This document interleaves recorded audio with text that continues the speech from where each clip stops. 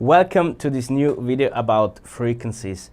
So frequencies are strongly connected to the previous two videos where we've been talking about what actually is sound in the air and what is a wave, a sound wave.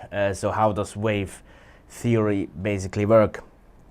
So let's just jump right into this content. So a frequency basically says how many sound waves occur in 1 second. So I explained to you the clap, the air molecules start to push each other forward, and it basically says how many of these waves of air molecules pushing each other through the air occur in 1 second. So let's say we have a frequency of 20 hertz. So this means we have 20 of these air waves, of these sound waves in 1 second. We also already know that the speed of sound is 342 meters per second. So no matter how many waves occur in 1 second, the speed of the air molecules pushing each other through the air is always exactly 342 meters per second.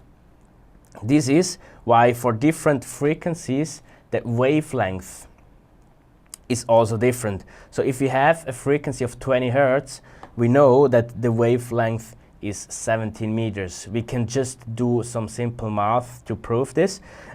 So we know we have a speed of sound which is 342 meters per second, and we know we have a frequency of 20 hertz, so 20 waves in 1 second.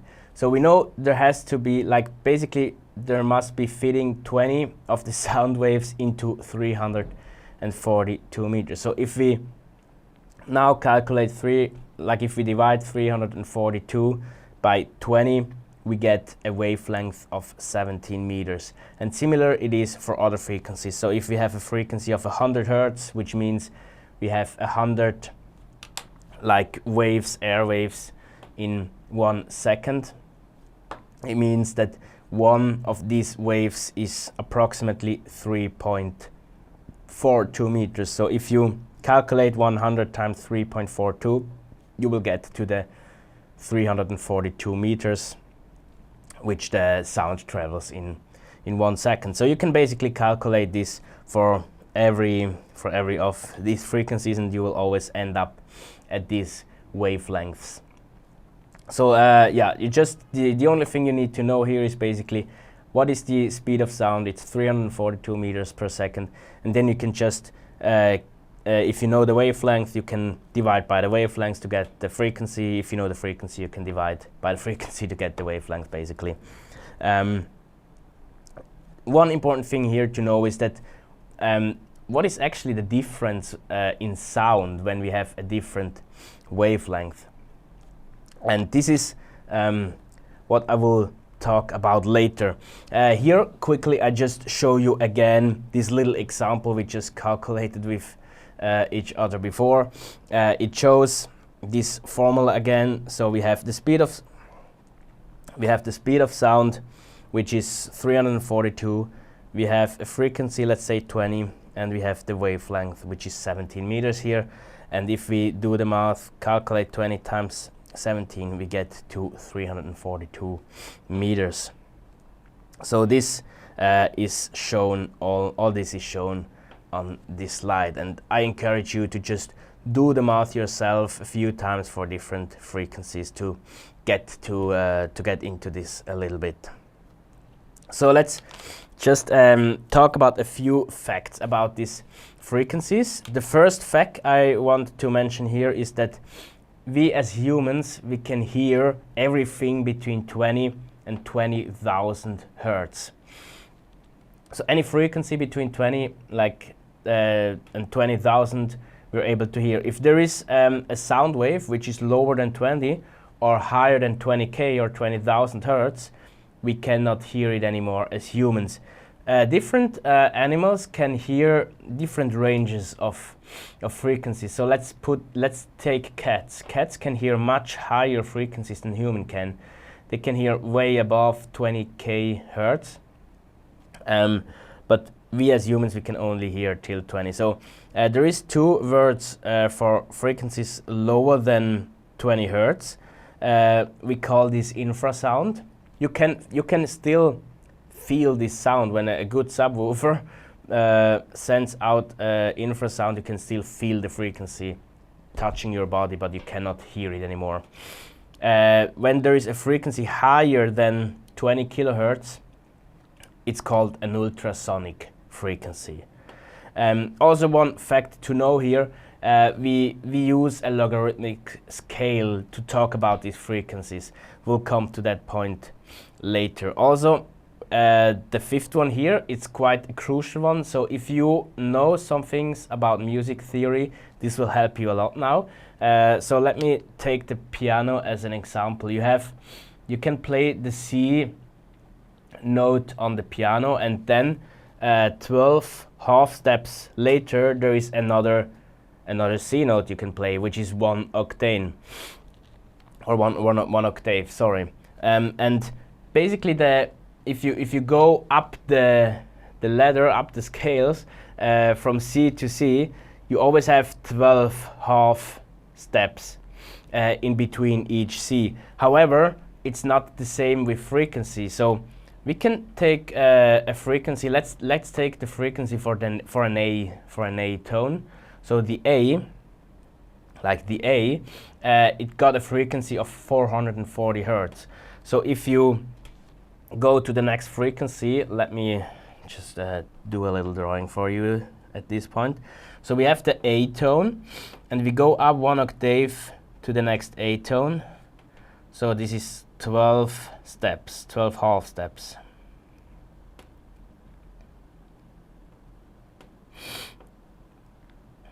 And we go further up to the next A. We go up to the next A. So it's always the same gap here. It's always 12 half steps, but it's different for frequencies. For frequencies, we got 440 hertz for the first A, and if we go to the second, we have to double the frequencies. So it will be 880 hertz at the second A, and it goes on like this. So if we go from the second to the third, it will be 1700 and 60 hertz. So we always double the frequency when we go up the ladder.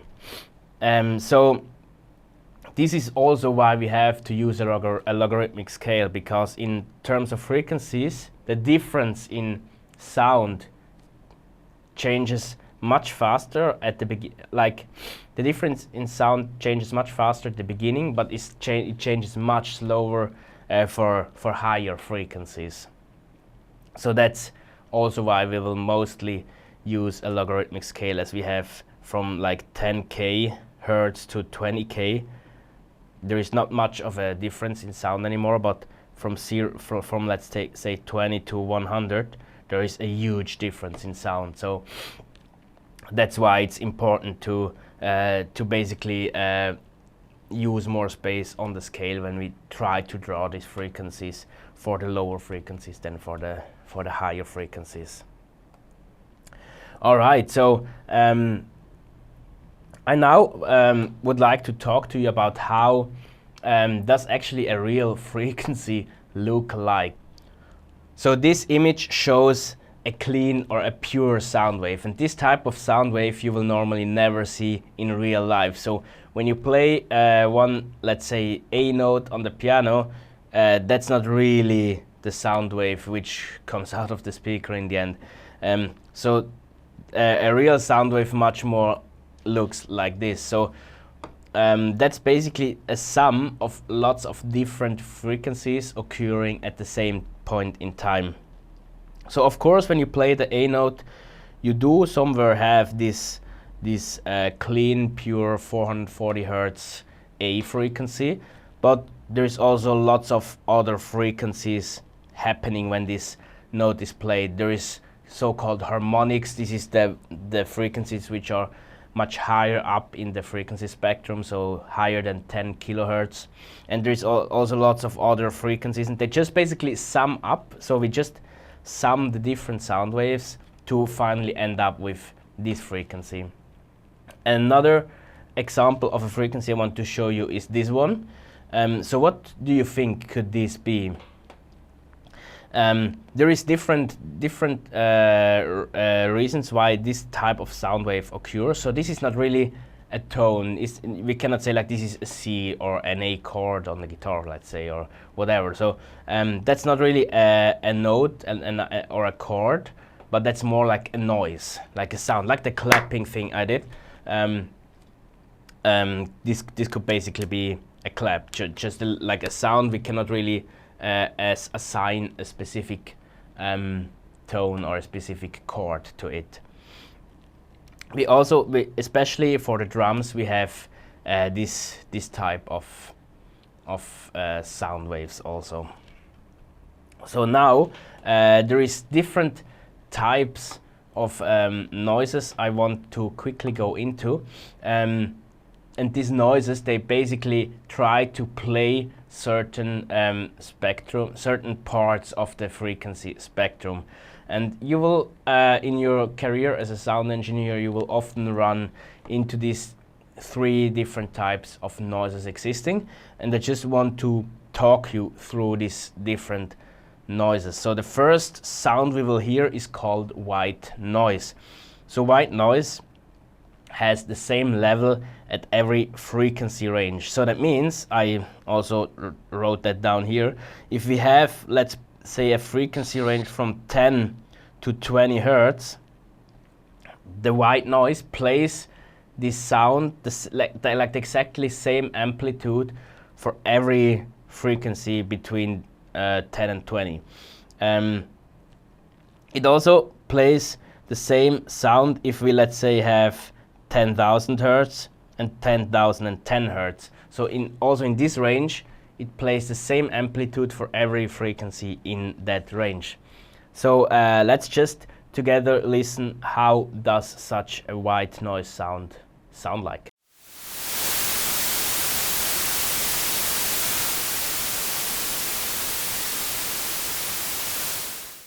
Yes, so that's the sound of white noise. I now show you a second type of sound, and after that we will talk about the difference. The second type of sound is called pink noise. So pink noise is pretty similar to white noise, but there is one very important difference. So here we again have the same amplitude, but this time in every octave.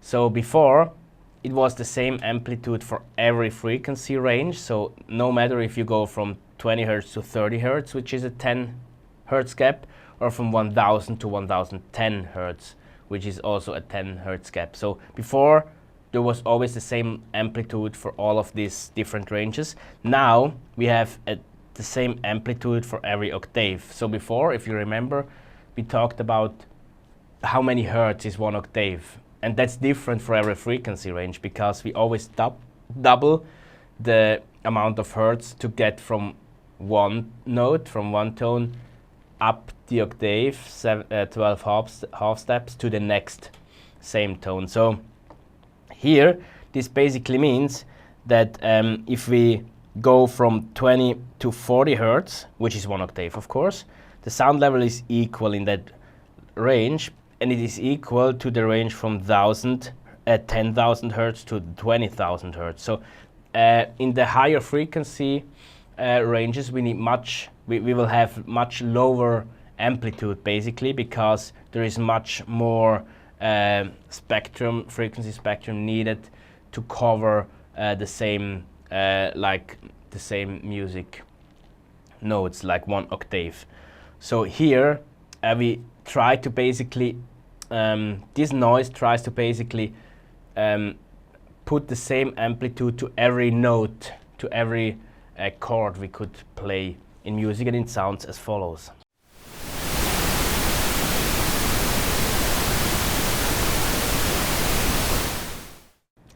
So here, yeah, this is maybe you've heard the difference. Pink noise sounded much deeper, so much there was much more lower frequencies on a deeper or lower level than on the pink noise before. The pink noise sounded much, the white noise sounded much brighter, and that's actually exactly the reason with this logarithmic scale, with this doubling of frequencies when we want to go one octave up, that that if we put the same amplitude to every frequencies, to all of the frequencies in the higher ranges, they will be much stronger, because there is not that many frequencies needed to change the tone from like from one octave, from one tone up the octave to the next tone.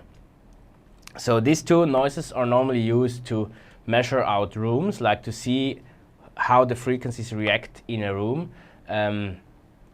So to especially to like place speakers at the right position in a room. And then now there is a third type of noise I want to play, which is called the sine sweep. So a sine sweep basically plays all the existing different frequencies starting at 20 kilohertz going down to 20 hertz. So let me play that sound for you.